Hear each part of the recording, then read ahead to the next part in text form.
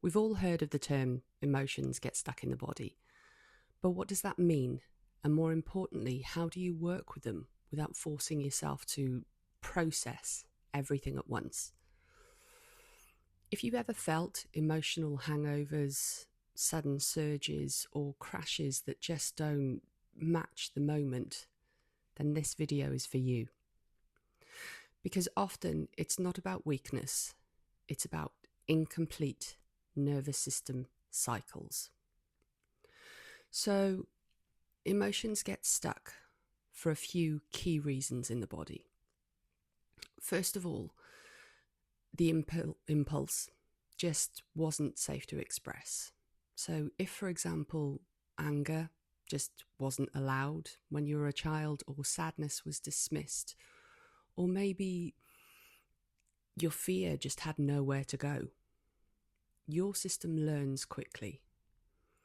And if anger wasn't allowed, it learnt, don't complete this. So instead of the emotion actually moving through and finishing, it got held by the body. That holding lives in the body. It lives in muscles, in your breath patterns, in your fascia, and in your posture. Your nervous system stayed active.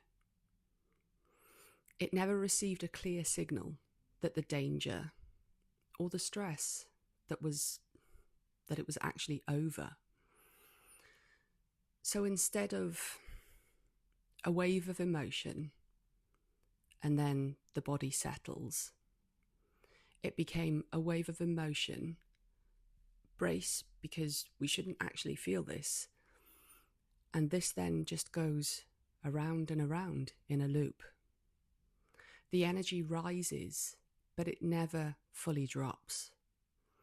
Then that unresolved activation can show up later as irritability, anxiety spikes, or sudden emotional waves that feel random, like they've come from nowhere. Sometimes what happens after activation is overriding. This is especially common with people that have ADHD or trauma in their histories. The emotion that rises, instead of feeling it fully, the mind jumps in. And then you analyze it, you rationalize it, you distract, or you push through. It feels productive. It feels like control. But the body didn't get the memo that the wave hasn't actually finished. So the head moves forward and the body keeps holding the unfinished stress response. Over time, that holding then shows up as emotional hangovers, sudden surges of feeling, unexpected crashes, or a deep exhaustion that sleep just doesn't seem to fully fix. Because the nervous system is still activated, even when the mind is resting. And that isn't weakness.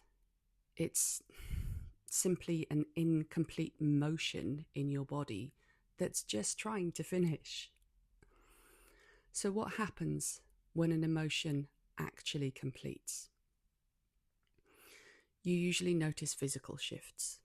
It might look like a deeper breath that you didn't force, or a warmth spreading through your chest and your face. Quite often it can be yawning, or a mild shaking, and sometimes tears, but the difference is this is tears that feel a relief instead of overwhelming you. You might feel a softening in your belly, or your jaw might actually feel more relaxed. Completion doesn't feel like chaos. It ends in regulation, even if it felt intense getting there. And that is the key difference. When something is activating you, here's a simple way to try and work with it. So first of all, name the energy, not the story, not what's going on, not the he said, she said, or anything like that. Instead of analysing why you're upset, just simply say, there's anger energy, or there's grief energy, or there's sadness energy. This creates distance from the identity and connects you to the sensation that you're feeling. Secondly, notice where it lives in your body. Is it in your chest? Is it in your throat? Maybe your stomach? But just observe it. There's no fixing, just observe where it is in the body. Ask quietly, if this could move 5% more, what would it want to do? Now, you're not forcing discharge. You're inviting a gentle movement. And what this will then encourage is maybe you press your feet into the floor, or you push your palms together. Maybe you curl inward, or your jaw might start to tremble. But a tiny movement is enough. Then you pause and you notice, has anything shifted even slightly? Because that completion is the beginning. Now, not all emotions need the same response. Some need movement and some need containment. Learning the difference is powerful for nervous system regulation. When an emotion needs movement, you might feel restlessness or irritation. You might feel hot and bothered, or your jaw might feel tight and clenched. You might feel an urge to argue with people or to pace the floor, or, like I often have, fast looping thoughts. This is a mobilizing state. It's called fight or flight, and the energy feels like something needs to happen. Movement helps here. You can push against a wall, stomp your feet hard into the floor, shake your hands quickly, take a strong exhale, move in short bursts, or speak the unsaid sentence quietly. Often relief will come after that expression. Even moving just 10 to 20% of the energy will create space. When an emotion needs containment, this feels different. You might notice heavy limbs or disassociation with what you're feeling, bottomless tears, a numbness, exhaustion, and an urge to hide. This is more like overwhelm or shutdown, and is your dorsal vagal activation. The energy says it's too much. If you try intense movement here, it can increase distress. Instead, containment works better. So, what you want to try is potentially a weighted blanket if you have one. If you don't, try and put your legs up a wall, or one hand on your chest and one on your belly. Slowly rocking on your legs, on your bottom, or a rocking chair if you have one. Warmth or pressure.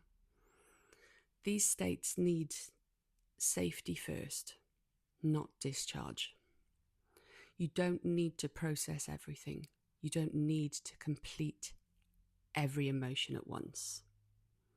The goal is to help the body finish one small wave at a time. When you learn to recognize whether your system needs movement or containment, you stop fighting your emotions and you start working with them. The more you practice this, the more capacity you build. Your nervous system then becomes less reactive. Recovery becomes quicker, and the waves of emotion that you have feel less overwhelming. Over time, you're not just containing or suppressing emotions anymore, you're actually processing them. And that changes things.